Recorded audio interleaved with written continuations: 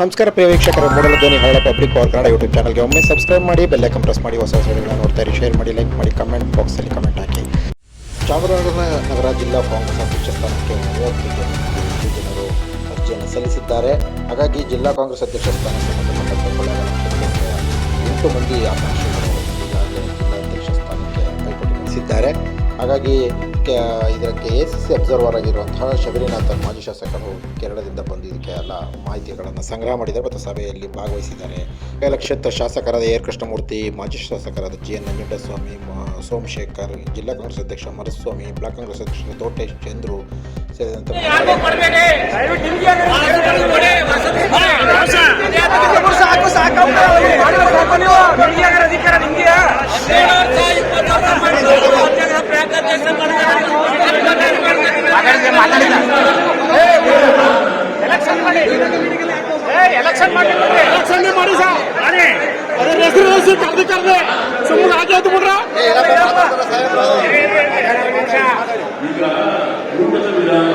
ಮಾಡ್ತಾ ಬರ್ತಿರ್ಬೇಕಾದ್ರೆ ಆಮೇಲೆ ಮಾಡಿ.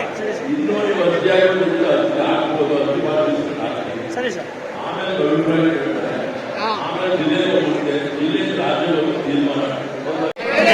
ಕ್ಷೇತ್ರದಿಂದ ಒಟ್ಟು ಜಿಲ್ಲೆಯಲ್ಲಿ 30 ಜನ ಅರ್ಜಿ ಹಾಕಿದ್ದಾರೆ.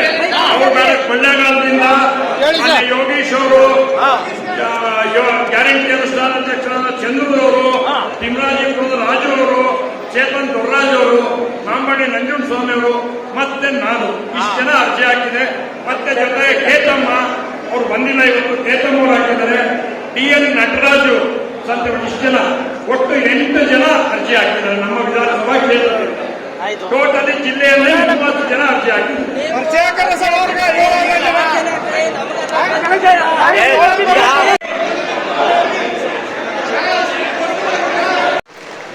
നമ്മുടെ MLA Murthy sir, very strong leader, very powerful leader. Hope the very best for him in the future also. For all of us, very good organization network in Chamarajanagar. എന്നോട് പേര് ശബരിനാഥൻ സർ ചൊല്ലിയതുപോലെ ടു-ടൈം കേരള MLA, ഇപ്പോൾ കോർപ്പറേഷനോടെ opposition leader, KPCC general secretary, former Congress state vice president, and father, long time MLA speaker ഒക്കെ ആയിരുന്നു. ഇതൊക്കെ ഒരു അവസരം ഈ ACC ഒബ്സർവർ പാർട്ടിക്കാണ്. ഇത് സംഘടന സൂചന അഭിയാനം ഇന്ത്യ ഓൾ ഡിസ്ട്രിക്ട്സ്, എല്ലാ സ്റ്റേറ്റ്സിലും എല്ലാ ഓൾ ഡിസ്ട്രിക്ട്സ് സംഘടന സൂചന അഭിയാനം പാർട്ടിയെ strengthen decided. The main reason നമ്മുടെ പാർട്ടി இந்த ഡിസ്ട്രിക്റ്റില് ഇതിനും സ്ട്രോങ് ആണ്. Chamarajanagar historically Periya leaders Congress party இந்த ഡിസ്ട്രിക്റ്റിൽ ഫ്യൂച്ചറിൽ അതിനും മേലെ പെരിയ ലീഡേഴ്സ് നമുക്ക് ഇന്ത്യയിൽ ഉണ്ടാകും. അത് organisation very very very important. ബലപ്പുര time next 2-3 years Karnataka India very very important. നമുക്ക് Lok Sabha elections, Niyamasabha elections, panchayat elections, ZP elections, 7-8 years അപ്പുറം ഇവിടെ പഞ്ചായത്ത് LSG ഇലക്ഷൻ. അത് പാർട്ടി സ്ട്രോങ് ആയി കർണാടക നല്ല work guarantee scheme, best guarantee scheme കർണാടകത്തിൽ വർക്ക് കേരള കോപ്പി പട്ടില്ല. കേരള ഇവിടെ വലുത് സ്റ്റുഡൻസ്, ട്രാൻസ്പോർട്ട്, നല്ല സ്കീം എല്ലാവരും പോകുന്നില്ല. അത് സ്കീമോ കൂടുതൽ സ്ട്രോങ് ആയി ജനങ്ങൾക്ക് അത് പാർട്ടി ഓർഗനൈസേഷൻ രീതിയിൽ. ഞാനിപ്പോ ഒബ്സർവറായി ഇരിക്കുമ്പോൾ എങ്കൂടെ ഒബ്സർവേഴ്സ് ആയിരിക്കും very strong leaders. Former MLA Somashekar sir, KPCC secretary Shri Kaveriappa, അതുമാതിരി നമ്മുടെ KPCC vice president former MLA sir, Bangalore observer. ഇപ്പൊ കേരളത്തിന്റെ പ്രോഗ്രാം നടക്കുമ്പോൾ നാല് ഒബ്സർവർ. இந்த പ്രോഗ്രാം ഒബ്ജക്റ്റീവ്ലി എല്ലായിടത്തും ഏറ്റവും സ്ട്രോങ് പാർട്ടി നെറ്റ്വർക്ക് ബിൽഡ് പண்றதுக்கு அதுக்கு என்னோட ரெஸ்பான்சிபிலிட்டி என்னன்னு கேட்டா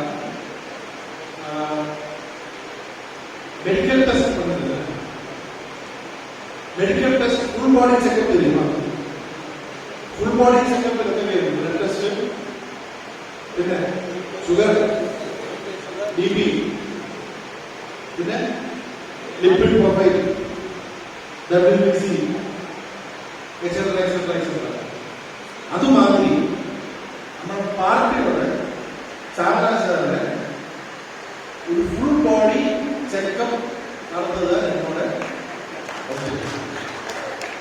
ஆனா செக்அப் பண்ற லேப் டெக்னீஷியன் டாக்டரா அல்ல, அவ லேப் டெக்னீஷியன் பண்றாங்க.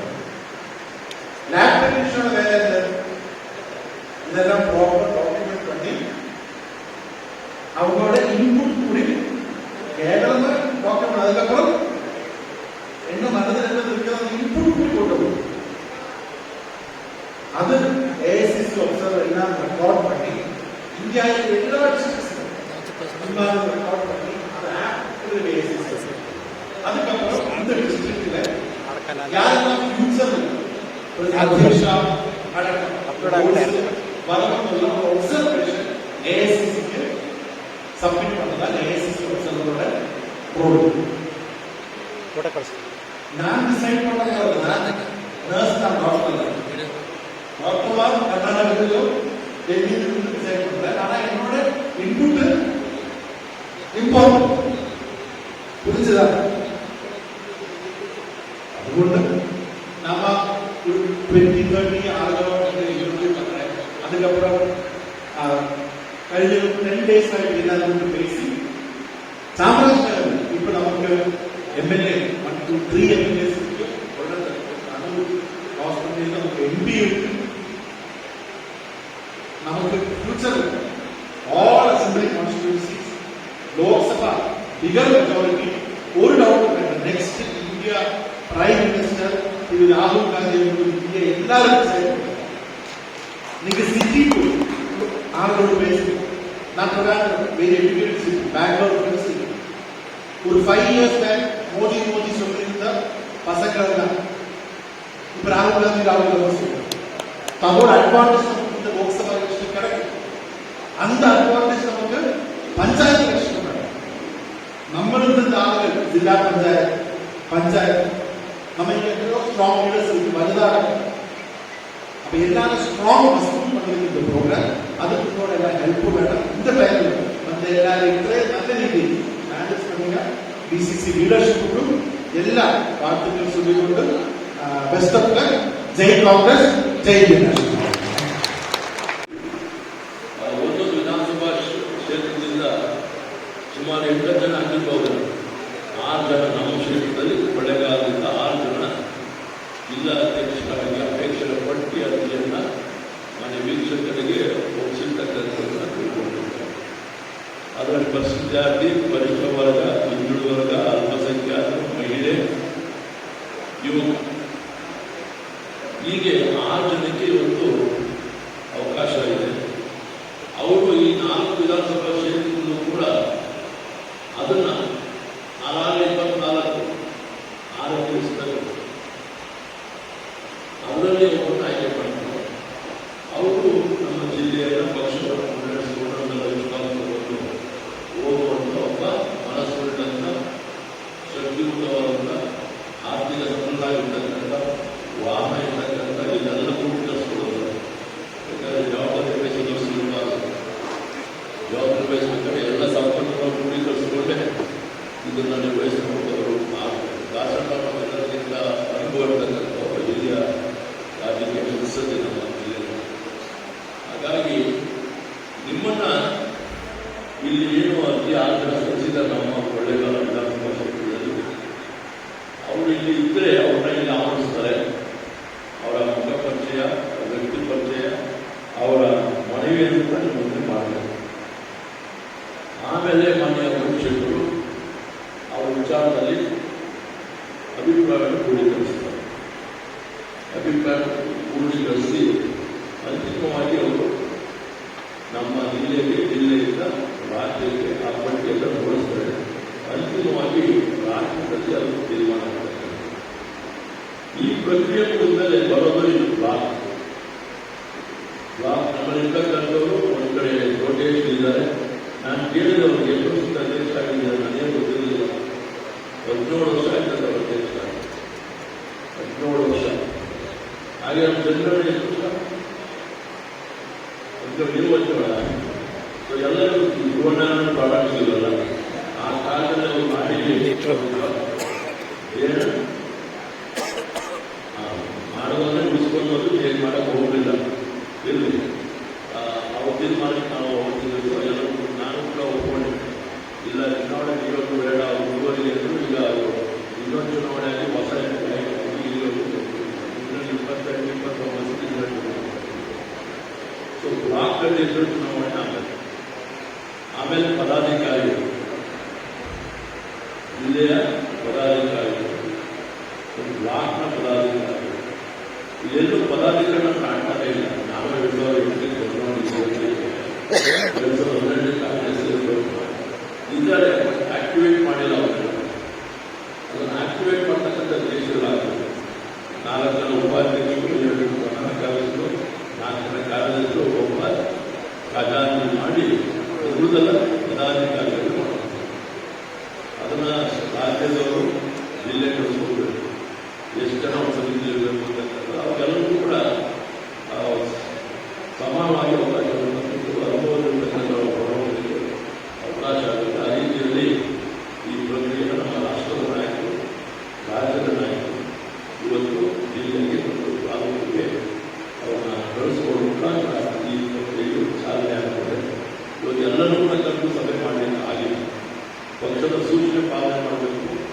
ಹಾಗಾಗಿ ಜಿಲ್ಲೆಯ ತಾಲೂಕಿನ ಬ್ಲಾಕಿನ ಮುಂಚೂಣಿತನದ ಪದಾಧಿಕಾರಿಗಳು, ಪದಾಧಿಕಾರಿಗಳು ಮತ್ತು ಜನಪ್ರತಿನಿಧಿಗಳಿದ್ದಾರೆ. ಗ್ರಾಮ ಪಂಚಾಯತಿ, ತಾಲೂಕು ಸೇರಿ ಜಿಲ್ಲಾ ಪಂಚಾಯತಿ, MLA, MP ಮತ್ತು ಇತರ ಸಹಕಾರಿ ಸಂಸ್ಥದ ನಿರ್ದೇಶಕರು ಇವರು ಒಳಗೊಂಡಂಥ ಒಂದು ಸಭೆಯಾಗಿ ಕಮಿಟಿ ಸೂಚನೆಗಳಿಗೆ ನಮ್ಮ ಜಿಲ್ಲಾಧ್ಯಕ್ಷರು, ನಮ್ಮ ಬ್ಲಾಕ್ ಅಧ್ಯಕ್ಷರು ಆಹ್ವಾನ ಮಾಡಿ ತಾವೆಲ್ಲರೂ ಕೂಡ ಬಹಳ ಪ್ರೀತಿಯಿಂದ ವಿಶ್ವಾಸದ ಸಂಘಟನೆಯನ್ನು ಇನ್ನೂ ಕೂಡ ಪ್ರಗತಿಗೊಳಿಸಬೇಕು.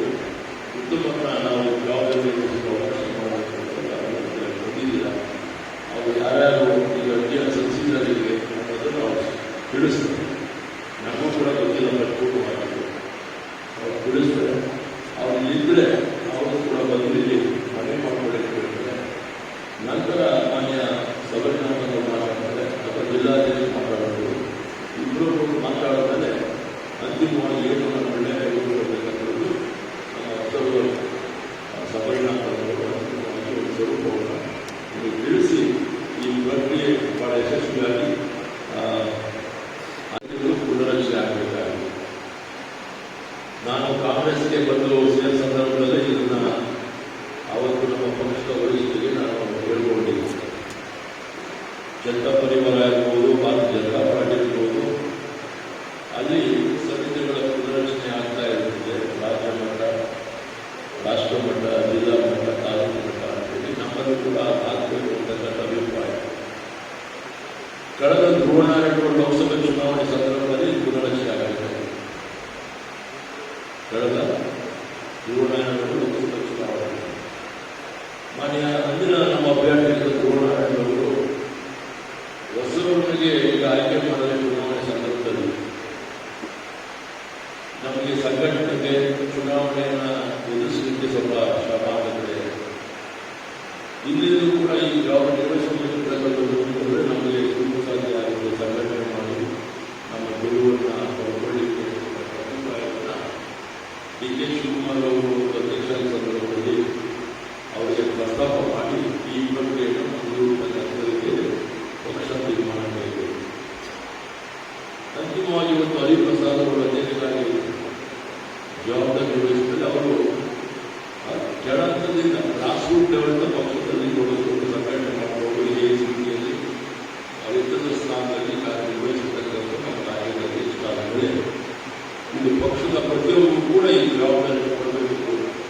ಇದು ಗ್ರಾಮ ಪಂಚಾಯತಿ, ತಾಲೂಕು ಪಂಚಾಯತಿ, ಜಿಲ್ಲಾ ಪಂಚಾಯತಿ, ಇತರ ಸ್ಥಳೀಯ ರಾಜ್ಯಗಳು ವಿಧಾನಸಭೆ ಲೋಕಸಭೆ ಈ ಚುನಾವಣೆಗಳ ಸಂದರ್ಭ ದೃಷ್ಟಿಯಿಂದ ಹೊಸವನ್ನ ಅವಕಾಶವನ್ನು ಕಲ್ಪಿಸಿಕೊಂಡು ಈ ಒಂದು ಹೊಸ ಸಮಿತಿ ಸಂಘಟನೆ ತೋರಿಸಿಕೊಳ್ತಕ್ಕಂಥ ನಿಟ್ಟಿನಲ್ಲಿ ಈ ಒಂದು ಸಭೆಯನ್ನು ಈ ಸಭೆಯಲ್ಲಿ ಭಾಗವಹಿಸಿರುವಂಥ ನಮ್ಮ ವೀಕ್ಷಕರು ಅಬ್ಸರ್ವರ್ ಮಾನ್ಯ ಸಬರಿನಾಥ್ ಅವರು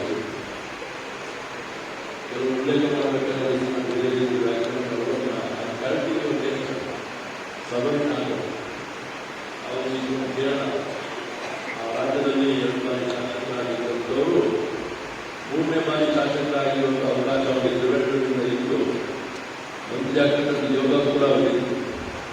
ಆದರೆ ಅವನ್ನ ಬೇರೆ ಕ್ಷೇತ್ರಕ್ಕೆ ಸ್ಪರ್ಧೆ ಮಾಡಿಸಬೇಕು ಅಂತೇಳಿ ಅದೇ ಕೆಪಿಸಿ ಕೇರಳ ಪ್ರದೇಶ ಕಾಂಗ್ರೆಸ್ ಬಂದಿದ್ದು ತೀರ್ಮಾನ ಮಾಡಲಿಲ್ಲ. ಅವರು ಪ್ರಬಲ ಬಿಜೆಪಿ ಅಭ್ಯರ್ಥಿ ವಿರುದ್ಧ ಸೆಣಸಾಡಿ ಗೆಲುವನ್ನು ಕಾಣಬೇಕು.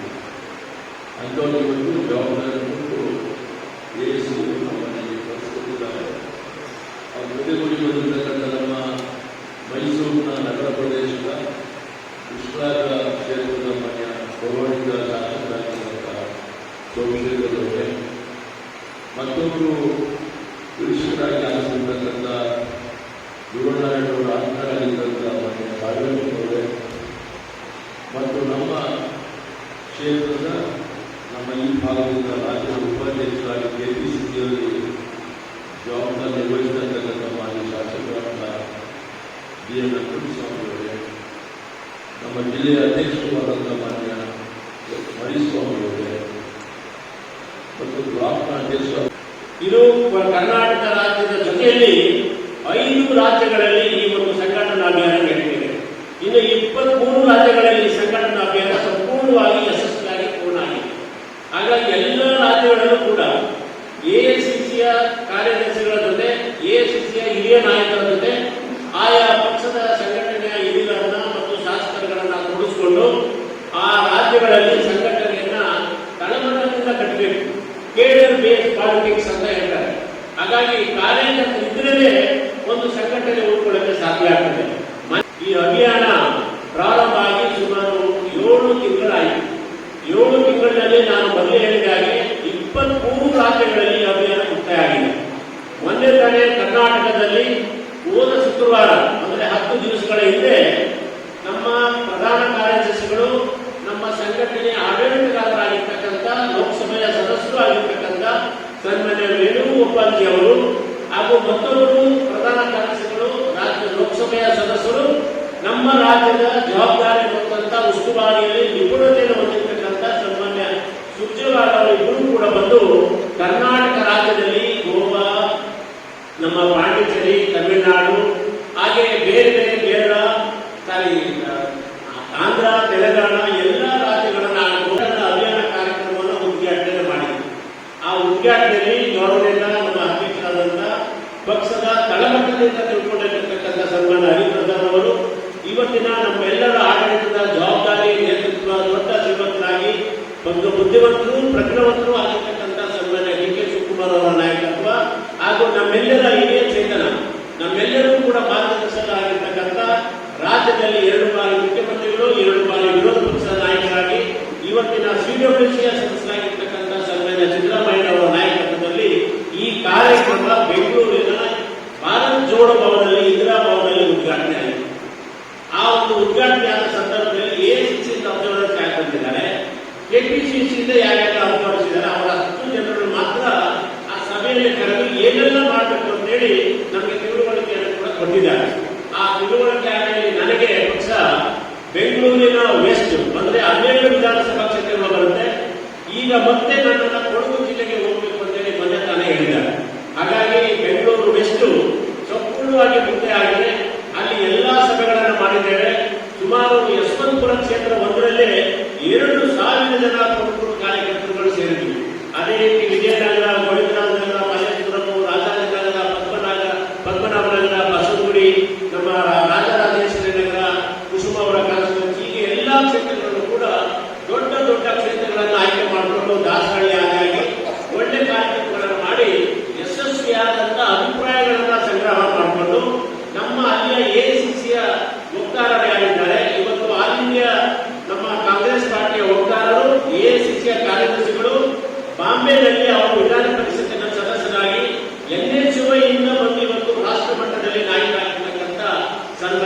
ಸಿಸಿ ಅವರು ಬಂದು ಎಲ್ಲ ಕಾರ್ಯಕ್ರಮ ಯಶಸ್ವಿ ಮಾಡಿ ನಮ್ಮೆಲ್ಲರ ನಾಯಕರ ಮನಸ್ಸಿನ ಭಾವನೆಗಳನ್ನು ಅರ್ಥ ಮಾಡಿಕೊಂಡು ಕಾರ್ಯಕರ್ತರ ಅಭಿಲಾಷೆಗಳನ್ನು ತಿಳಿದುಕೊಂಡು ಎಸಿಸಿಗೆ ಪ್ರತಿನಿತ್ಯ ವರದಿಯನ್ನ ಮಾಡ್ತಾ ಇದ್ರು.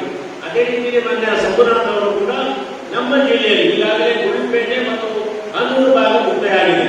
ಇವತ್ತು ಕೊಳ್ಳೇಗಾಲದಲ್ಲಿ ಆಗ್ತಾ ಇದೆ. ಈ 3 ವಿಧಾನಸಭಾ ಕ್ಷೇತ್ರಗಳಲ್ಲಿ ನೀವೆಲ್ಲ ಏನು ಅಭಿಪ್ರಾಯವನ್ನು ಕೊಡ್ತೀರಿ, ನೀವೇನು ಪದಾಧಿಕಾರಿಗಳಿದ್ದೀರಿ, ಕಾರ್ಯಕರ್ತರಿದ್ದೀರಿ ಮತ್ತು ಕಾಂಗ್ರೆಸ್ ಪಕ್ಷವನ್ನ ಯಾವ ರೀತಿಯಲ್ಲಿ ಸದೃಢ ಮಾಡಬೇಕು, ಏನೆಲ್ಲ ಇಲ್ಲಿವರೆಗೂ ವ್ಯತ್ಯಾಸಗಳಾಗಿದೆ ಅದನ್ನು ಯಾವ ರೀತಿಯಲ್ಲಿ ಸರಿಪಡಿಸಬೇಕು ಅನ್ನುವ ನಿಮ್ಮ ಭಾವನೆಗಳನ್ನು ಅರ್ಥ ಮಾಡಿಕೊಂಡು ನೀವು ದಯಮಾಡಿ ತಂಡವಾಗಿ ಕೂಡ ಹೇಳ್ಬಹುದು, ಒಬ್ಬೊಬ್ಬರಾಗಿ ಹೇಳುವಂತದ್ದು ಕೂಡ ಇದೆ. ಮತ್ತೆ ನಾನು ಮುಂದೆ ಏನಾಗಬೇಕು ಅಂತ ಹೇಳಿ ನಿಮ್ಗೆ ಎಲ್ಲರಿಗೂ ಕೂಡ ಇವತ್ತು ಅರ್ಜಿಗಳನ್ನ ಕೊಟ್ಟಿದ್ದೇವೆ. ಆ ಅರ್ಜಿಗಳನ್ನ ತುಂಬಿ ದಯಮಾಡಿ ನಿಮ್ಮ ಹೆಸರು, ವಿಳಾಸ, ಫೋನ್ ನಂಬರನ್ನ ಬರೆದು ಆ ಹೆಸರಿನ ಹಿಂಭಾಗದಲ್ಲಿ ನಿಮ್ಮ ಅಭಿಪ್ರಾಯಗಳನ್ನ ತೆಗೆದುಕೊಳ್ತಾರೆ. ಆ ಅಭಿಪ್ರಾಯ ಯಾರು ಕೂಡ ಗೆಲ್ಲಿ ಗೊತ್ತಾಗೋದಿಲ್ಲ. ನಂಜುಂಡ ಸ್ವಾಮಿ ಗೊತ್ತಾಯ್ತು, ಕೃಷ್ಣಮೂರ್ತಿ ಗೊತ್ತಾಯ್ತು, ಮರುಸ್ವಾಮಿ ಗೊತ್ತಾಯ್ತು ಅನ್ನೋ ಪ್ರಶ್ನೆನೇ ಇಲ್ಲ. ಇದು ನೇರವಾಗಿ ಪ್ರತಿನಿತ್ಯ ಅವರು ರಾಷ್ಟ್ರದಲ್ಲಿರ್ತಕ್ಕಂಥ ಮಾನ್ಯ ವೇಣುಗೋಪಾಲ್ಜಿ ಅವರ ವೆಬ್ಸೈಟ್ಗೆ ಪ್ರತಿ ದಿವಸ ರವಾನೆಯನ್ನು ಮಾಡಬೇಕು. ಅದಾದ್ಮೇಲೆ ಅದರ ಜವಾಬ್ದಾರಿ ಮತ್ತು ತೀರ್ಮಾನವನ್ನ ಸನ್ಮಾನ್ಯ ರಾಹುಲ್ಜಿ ಅವರು, ಖರ್ಗೆ ಸಾಹೇಬರು ಮತ್ತು 2 ಜನ ಪ್ರಧಾನ ಕಾರ್ಯದರ್ಶಿಗಳು ಇವರು 4 ಜನ ಕೂತ್ಕೊಂಡು ಕ್ಯಾಟಗರಿ ವೈಸ್ ಯಾವ್ಯಾವ ಜಿಲ್ಲೆಯಲ್ಲಿ ಯಾವ ಸಂಘಟನೆ ಜಾಸ್ತಿ ಇದೆ, ಯಾವ ಸಮುದಾಯಗಳು ಜಾಸ್ತಿ ಇದೆ, ಇಲ್ಲಿವರೆಗೂ ಯಾವ ಯಾವ ಸಮುದಾಯಗಳಿಗೆ ಜವಾಬ್ದಾರಿಗಳು ಸಿಕ್ಕಿಲ್ಲ, ಹಾಗಾಗಿ ಯಾರಿಗೆ ಕೊಟ್ಟರೆ ಮುಂದಿನ ದಿನಗಳಲ್ಲಿ ಪಕ್ಷವನ್ನ ಉತ್ತಮವಾಗಿ ನಡೆಸಿಕೊಂಡು ಹೋಗಲಿಕ್ಕೆ ಸಾಧ್ಯ ಆಗ್ತದೆ. ಯಾವುದೇ ತಾರತಮ್ಯಗಳಿದೆ, ಯಾವುದೇ ಗುಂಪುಗಾರಿಕೆಗಳಿದೆ, ಯಾವುದೇ ನಾಯಕರ ಮಾರ್ಗದರ್ಶನ ಇಲ್ಲದೆ ನಿಮ್ಮದೇ ಆದಂತಹ ಸಲಹೆ, ಸೂಚನೆ, ಮಾರ್ಗದರ್ಶನ ಆಧಾರದ ಮೇಲೆ ನಿಮ್ಮ ಸಂಘಟನೆಯ ಮಹತ್ವವನ್ನು ತಿಳಿದುಕೊಂಡು ಈ ಜವಾಬ್ದಾರಿಯನ್ನು ನಿರ್ವಹಣೆ ಮಾಡಲಿಕ್ಕೆ ಮಾನ್ಯ ಸಂಬುನಾಥ್ ಅವರು ಇದ್ದಾರೆ. ಅವರು ತಗೊಳ್ಳುವಾಗ ನಮ್ಮ 2 ಕಾರ್ಯದರ್ಶಿಗಳು, ನಮ್ಮ 2 ರಾಜ್ಯದ ಕೆಪಿಸಿಸಿ ಪದಾಧಿಕಾರಿಗಳು ಕೂಡ ಇರೋದಿಲ್ಲ. ದಯಮಾಡಿ ನೀವು ತಪ್ಪು ತಿಳ್ಕೋಬೇಡಿ. ನಾವೆಲ್ಲ ಈಗ ಸುಮಾರು 12 ವಿಧಾನಸಭಾ ಕ್ಷೇತ್ರ ಮತ್ತು ಕೊಡಗಿನ 2 ವಿಧಾನಸಭಾ ಕ್ಷೇತ್ರದಲ್ಲಿ 1 ವಿಧಾನಸಭಾ ಕ್ಷೇತ್ರವನ್ನ ಮಾಡಿದ್ರೆ ಇನ್ನೊಂದು ವಿಧಾನಸಭಾ ಕ್ಷೇತ್ರ ಮಾತ್ರ ಬಾಕಿ ಇದೆ. ಹಾಗಾಗಿ ನಮಗೆ ಈ ಪಕ್ಷದ ಜವಾಬ್ದಾರಿ ಮತ್ತು ಈ ಸಂಘಟನೆಯ ಮಾಹಿತಿಯನ್ನು ನಾವೆಲ್ಲರೂ ಕೂಡ ತಿಳ್ಕೊಂಡಿದ್ದೇವೆ.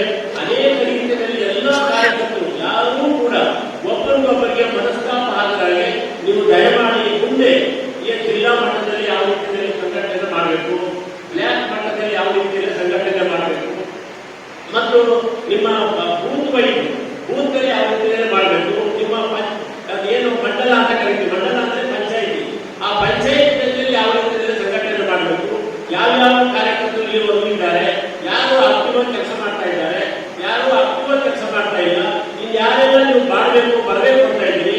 ದಯಮಾಡಿ ನಿಮ್ಮದೇ ಆದಂತಹ ಸ್ವತಂತ್ರ ಭಾರತದಲ್ಲಿ ನಾವು ನೀವು ಇದ್ದೇವೆ.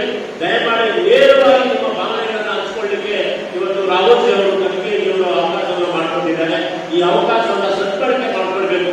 ಇದರ ಮೂಲಕ ಮುಂದಿನ ಕಾಣ್ತಾ ಇದ್ದಾರೆ ಅಂತ ಒಂದು ಕಾಂಗ್ರೆಸ್ನ ಬಲವಾದ ಬೇರೂರಿರ್ತಕ್ಕಂಥ ಒಂದು ಕ್ಷೇತ್ರ.